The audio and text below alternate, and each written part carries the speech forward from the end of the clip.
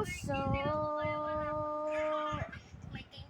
kahit di mahal ang puso na tumitibok.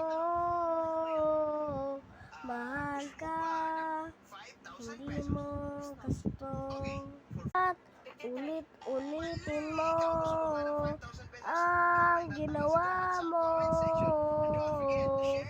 at kaya ka pinatulog sa tanghali. Paglaki, hindi na tayo makakakuha ng masyadong tulog.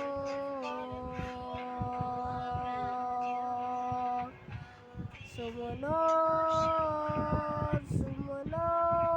kinakabukasan, hindi sumusunod si Aya.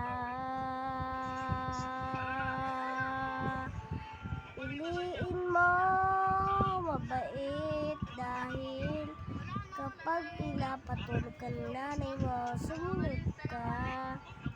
Dahil paglaki, di ka na makakakuha ng libreng tulog. Kaya sumunod ka. At